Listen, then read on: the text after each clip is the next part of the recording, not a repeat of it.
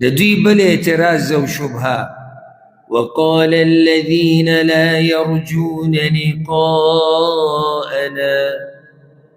او وی هغه کسان چې امید نه لري د ملاقات زمن یعنی آخرت نه مني لولا انزل علينا الملائکه ولی نرا کوزولی کیږي په من باندې ملائک یا فرشتي او نرى ربنا یا ولی نینو رب زمن لقد استكبروا في انفسهم یقینا لویو کړه دوی په نفسونو خپلو کې وعتوا عتوا کبیرا او سرکشي وکړه سرکشي لویه الله وی ډېر لوی تکبر یې وکړو لکه دا اوس د دوی خبره ده چې ای پیغمبره موږ به تا هله ومنو چې الله راښکاره شي او موږ یې وینو او هغه راته ووایي چې به د ایمان راوړو او یا دې ملایک راشي فرشتې دې راشي را دې شي موږ ته دې خبره وکړي نه دا د دوی هغه بار بار موږ وایو چې څوک نه مني حق هغه سره ډېر اعتراضونه دي دا اوس د دوی خبرې دي قرآن په بل ځای کې الله وی دوی وی چې موږ به هله ایمان راوړو چې د اسمان نه د هر کس په نوم باندې خاص پاڼه راشي چې پلاني ته ایمان راوړو دا اوس خبره ده نو کله وی چې پاڼه راشي کله وی ملایک راشي ظالمانو دې ته خبره ورسوله وي الله دې په خپله راشي نو موږ به یې وینو او موږ ته به دا خبره وکړي چې دا زموږ پیغمبر دی په د ایمان راوړئ نو ځکه الله وی لوی وکړه وعتوا عتوا کبیرا لوی وکړه خو سمه لوی وکړه د دې انجام به دوی هغه ویني اوس الله رب العزت دا خبره ذکر کوي چې دوی چې دا ملائک لیدل غواړي وی ویني دا ارمان به پوره شي خو په داسې ورځ به ویني چې هغه ورځ به د کافرانو دپاره ډېره سخت وي یعنې ورځ د آخرت یوم یرون الملائکه په کومه ورځ چې وبه ویني دوی ملائک لا بشرا یومئذ نه به یې خوشحالي به دغه ورځ للمجرمین دپاره د مجرمانو ويقولون ويبا حجرا محجورا بندې بند کړې شوې او دا خبره به څوک کوي چې بندې بند کړې شوې دا خبره به ملائک کوي یو تفسیر دا دی په کومه ورځ چې دوی ملائک ویني د دوی خو لوی ارمان دی چې موږ ملائک وینو الله وی ویني صبر وکړي خو په هغه ورځ ګورئ زیری نشتی د مجرمانو دپاره خوشحالیانې نشتی بلکې ملائکه او فرشتې به دا آوازونه کوي چې حجرا بند دی محجوره بند کړی شوی دی هغه جنت جنت بند دی دوی دپاره یا زیری بند دی دوی دپاره زیری نشتی دوی دپاره جهنم دی یا حجرا محجورا دا چغې به دوی وایي منګه وساتئ په ساتلو سره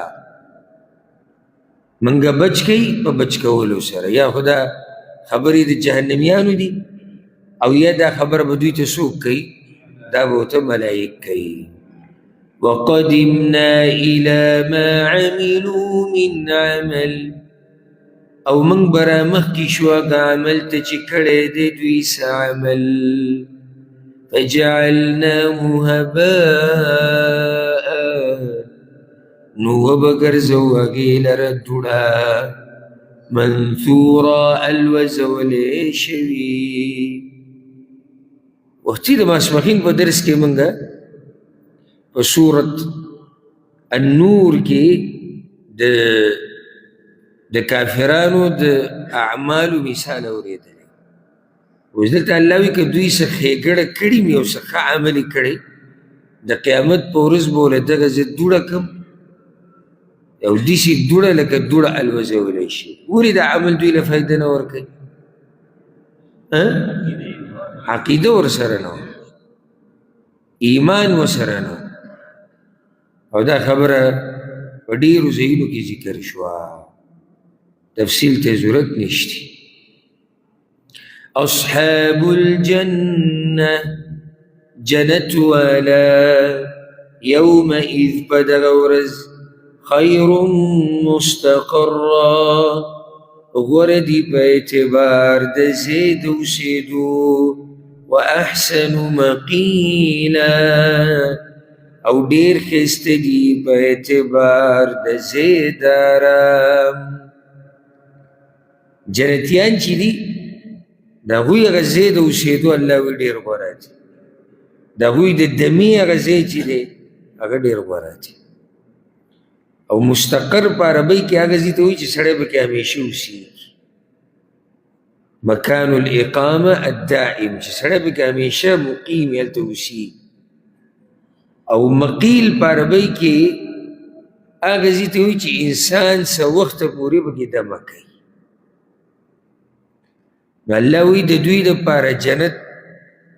ښایسته ځای د اوسېدو دی ښایسته ځای د دمه کولو دی الله رب العزت دې موږ ته هم نصیب کړي او چې کله انسان څه نه څه په دنیا کې ځان د الله دپاره ستړی کړي او څه نه څه محنت وکړي او دې کې شک نشته چې عبادت د الله د سړی ستړی کوي عبادت د الله په دې کې لازم ستړیا شته سړی پې ستړی کي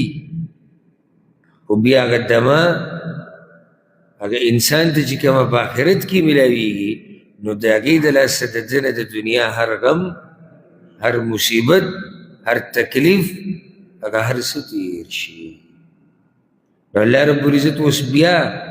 د قیامت بعض مشاهد او مناظر ذکر کوي ويوم تشقق السماء بالغمام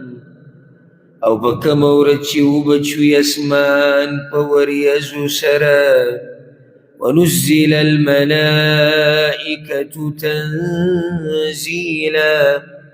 او راکوز بکړی شي ملائک په راکوزولو سره په هغه ورځ به اسمان ټوټې ټوټې شي بالغمام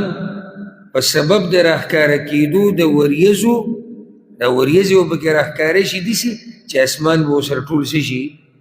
ټول به چې دی وچاودي او قیامت ته نږدې دا نظام د ځمکې او د اسمانونو د هر څه به ګډوډ کړي د دې باره کې مخکې تفصیلي خبره شي دویم دا چې ملایک به ټول راکوز شي هغه ملایک به هم راکوز شي چې هغوی چې ته راکوز شوي نه دي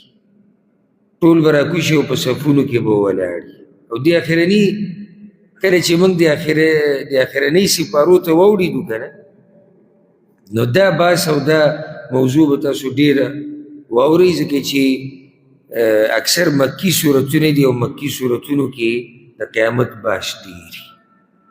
الملك يومئذ الحق للرحمن بچایي په دغه ورځ حق ده د رحمان دپاره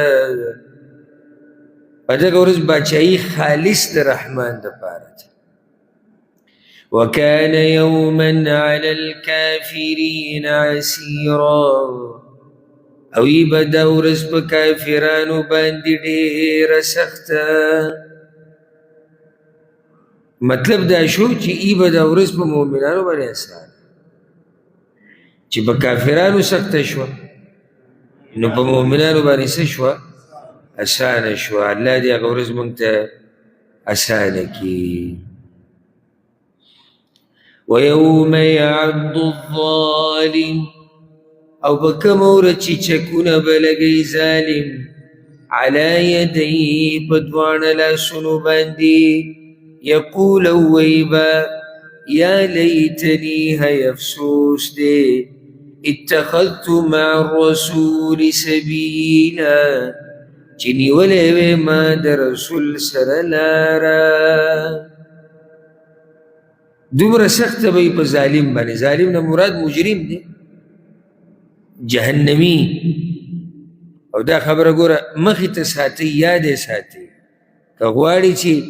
د قیامت په ورځ د دې خبرو نه او د دې چغو او ارمانونو نه ته بچ شي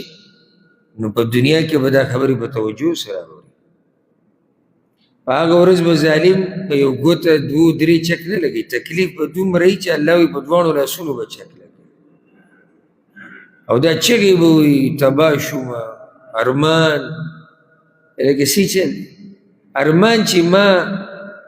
د پیغمبر د لاره خپله کړی وی که اتخذت مع الرسول سبیلا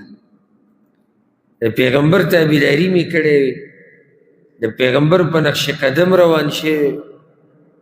یا ویلتا ہے ہلاکت لیتنی لم اتخذ فلانا خلیلا افسوس دی چې نوې نیولې ما پلان کې دوست